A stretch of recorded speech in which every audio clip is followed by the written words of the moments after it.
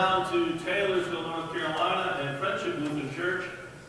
Coming down here, I thought it would be good that I picked up Dean Smith's recent autobiography that was out and do a little reading in that. That was easier than buying anything about NASCAR and doing some reading about that, just in my life at least. I know some of you are taking offense at that. Yeah. Although I still remember the day Earnhardt died. I was up in Nashville watching the news. But anyways, Dean Smith in that book at one point talks about how many times he was asked the question, did you see anything special in Michael Jordan when you first saw him out on the court or in a practice or that? Was there anything that stood out? And he had to reply that people asked this question as if there was some light from heaven that just came down on Michael Jordan, and he knew that he would become the great basketball player that he did become.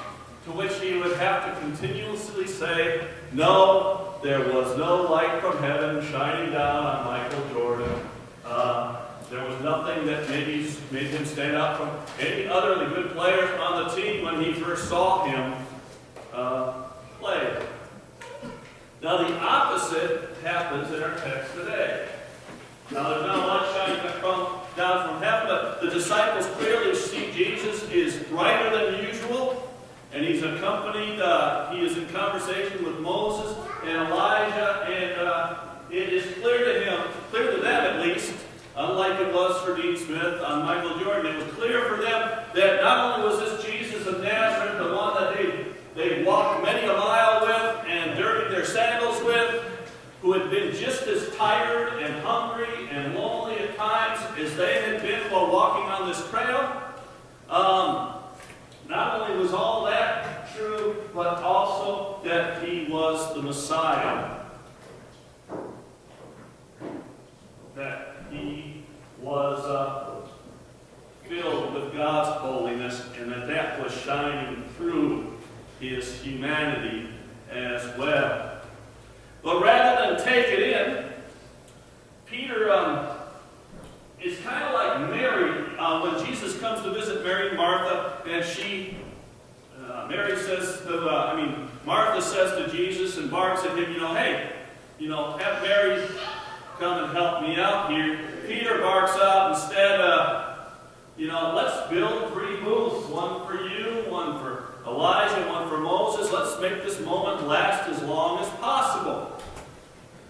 To which instead, when Jesus barks out to Martha, she's chosen to listen to me. This time it's God's voice that comes out from the cloud. And, hey, this is my son, listen to him.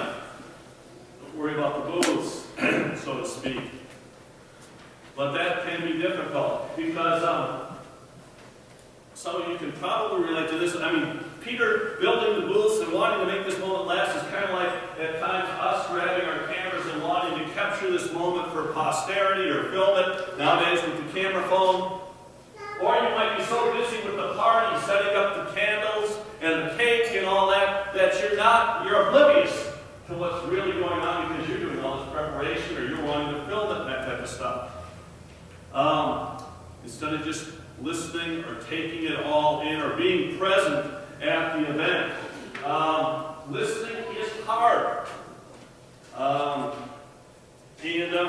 We just this last week, 2 weeks ago tomorrow, there was a challenge that was on the radio, on National Public Radio, and it was called the Bored But Brilliant Challenge. And it was from a New York station, and what they were challenging for the week was they were realizing how much people were spending time with their smartphones. In some cases, they had 13,000 people sign up initially for this challenge. 75% of these people were women. And some of them were spending as much as 3.5 hours a day on their smartphones for other than telephone calls, okay? And they were realizing it was taking a lot of time. So this challenge was to wean them off of these things, so to speak. So it started out with something as simple as, when it's ringing, if it's ringing, keep it in your pocket while you're on the road or walking around. second day was don't take any pictures with it. Don't take pictures or film with it, because I guess some people use this for note taking, If they park somewhere, they take a picture of their parking spot so they remember where they parked. As the days went on, it was more to activities, not only to not use your phone, but to be paying attention and just being aware of what was going on around you. And for many people, it was a freeing experience, and they were more attentive to things that were going on around them. Our message today from the cloud is listen to Him. Listen to Jesus. And we know that this is not easy in our lives or in the lives of the disciples. And ironically, in Mark's Gospel, the most key parable on listening, we don't read in our lectionary this year for the year of Mark. It's the most important parable in Mark's Gospel, but ironically we don't have it and we don't listen to it. So I'm going to remind you about what it is about. It's the parable of the sower. It happens in chapter 4. Pretty much the first parable Jesus says, and it's really the only, that I can tell, true parable that Jesus speaks between chapter 4 and the transfiguration today. After this, he'll share some other parables, but the other ones are more like sayings. So this parable is key. And it's the one where a sower, it starts out with the word listen. And it ends with the words, with anyone who has ears to hear, listen. Okay? So listen is key here, just as it is in our text today.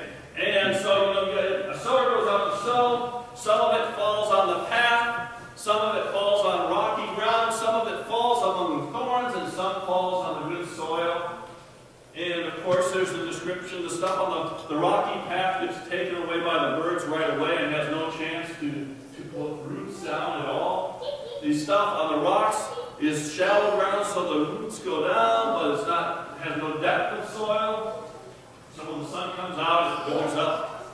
The other one grows, but it's among thorns, and the thorns choke the life out of it. And one good soil and bears much fruit. And that one angle on this whole parable is how difficult it can be for us to listen. I was shared this parable when I was going into teaching. And the teacher made the point here that, face it, only 25% of your students are going to get any of this stuff to any depth. Which was kind of, because 3/4 is, their minds are elsewhere, especially junior high and well, senior high kids too, but especially junior high. Their minds are all over. So, if you're doing 25%, that's pretty good. That was our humbling experience in the teaching world, And this parable clearly happens, it plays out this way in the gospel because the disciples just continually don't seem to get it. And even when they do, it's only for a short time. Even Peter, in the text just before this one, I said it's the first passion narrative. It's when Jesus asks them, passion prediction, Jesus asks them, who do people say that I am? Like good students, they toss out a bunch of answers. Some say Elijah, some say John the Baptist, but then he focuses in on them. But who do you say that I am? And Peter's the one that got the answer, you're the Messiah. And then it's, shh, don't tell anybody. But then he starts instructing them about what the Messiah is going to do, that he's going into Jerusalem, that he's going to suffer, be killed, and on the third day rise again. And Peter says, hey, this can't happen to you. This is not what the Messiah is about. Jesus has to tell him, get behind me, Satan.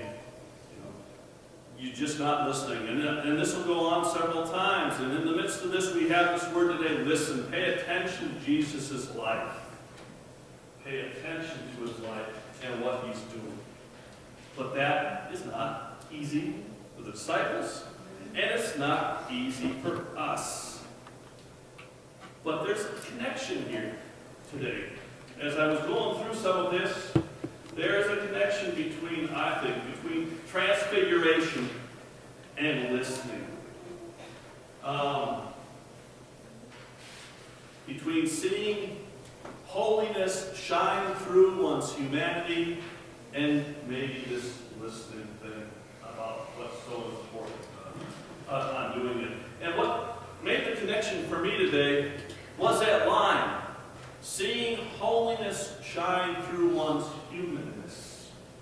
For a long time, up until this week, I had an experience in my first call that I had trouble interpreting, just as probably the disciples had trouble interpreting what was going on the mountaintop today.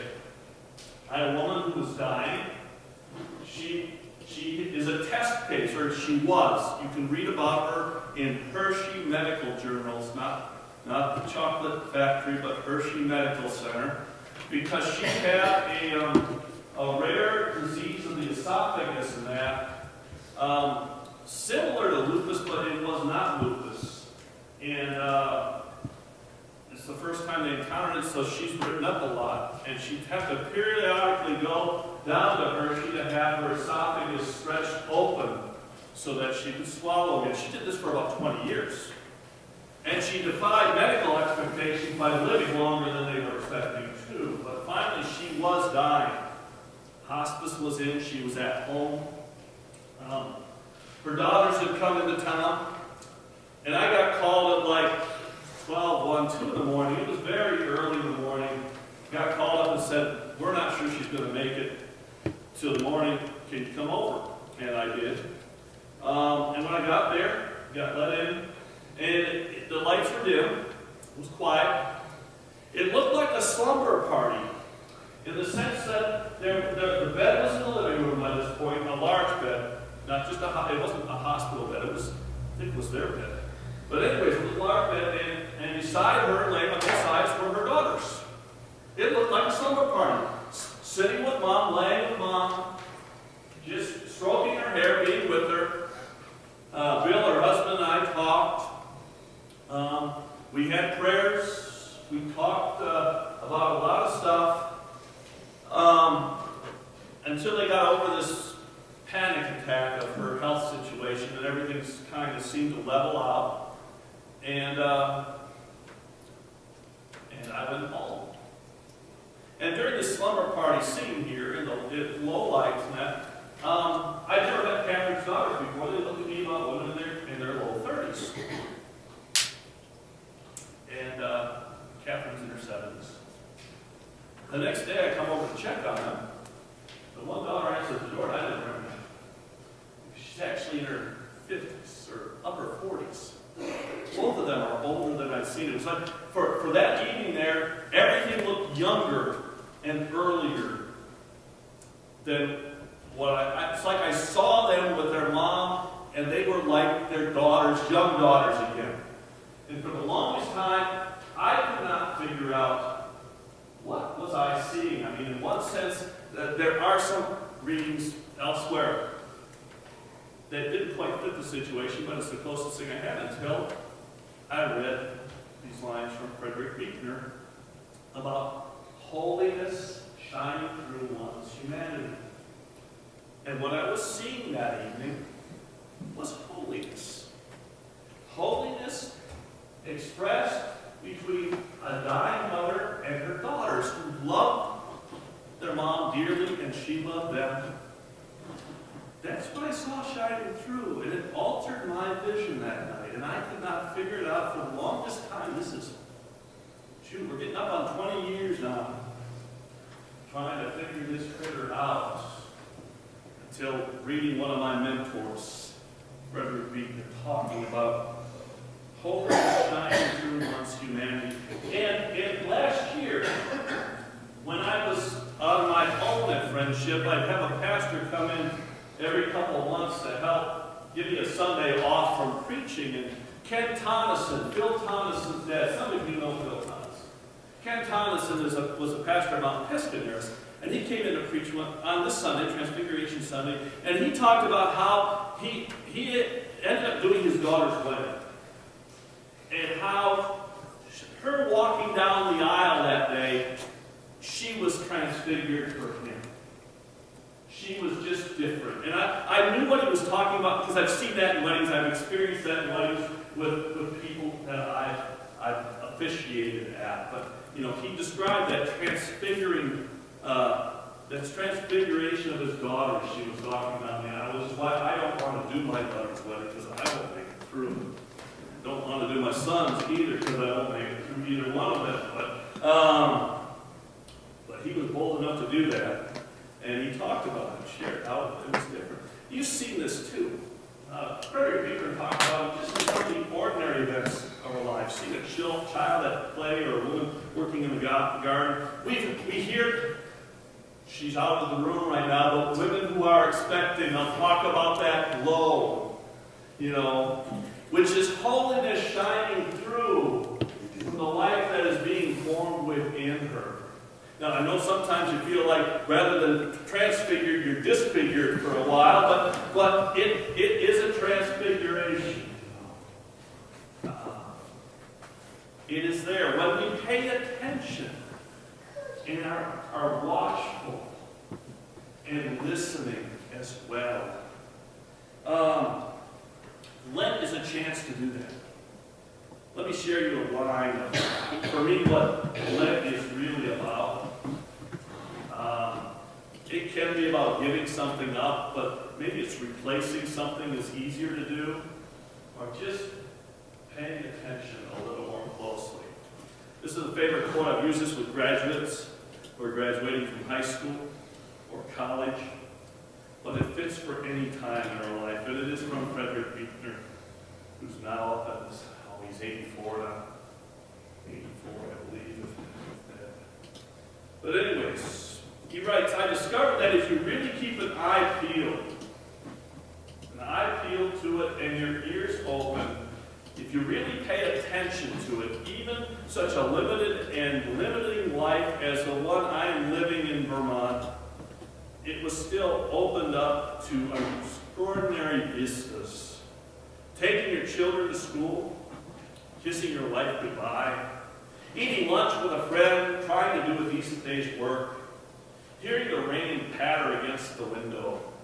There is no event so commonplace but that God is present within it, always hiddenly, always leaving you room to recognize Him or to not recognize Him, but all the more fantastically because of that, all the more compelling then, and hauntingly too. If I were called upon to state in a few words the essence of everything I was trying to say, both as a novelist and as a preacher, it would be something like this. Listen to your life. See it for the fathomless mystery that it is. In the boredom and pain of it, no less than in the excitement and gladness. Touch, taste, smell your way to the holy and hidden heart of it, because in the last analysis, all moments are key moments, and life itself is grace. Lent is a time where we are invited to listen more deeply, not only to Christ as we hear in the Gospels, but to Christ and God present in our lives, in the daily tasks. He's there in the people we meet. He's there, and Lent is an invitation to listen a little more closely and see a little more carefully. That in the end,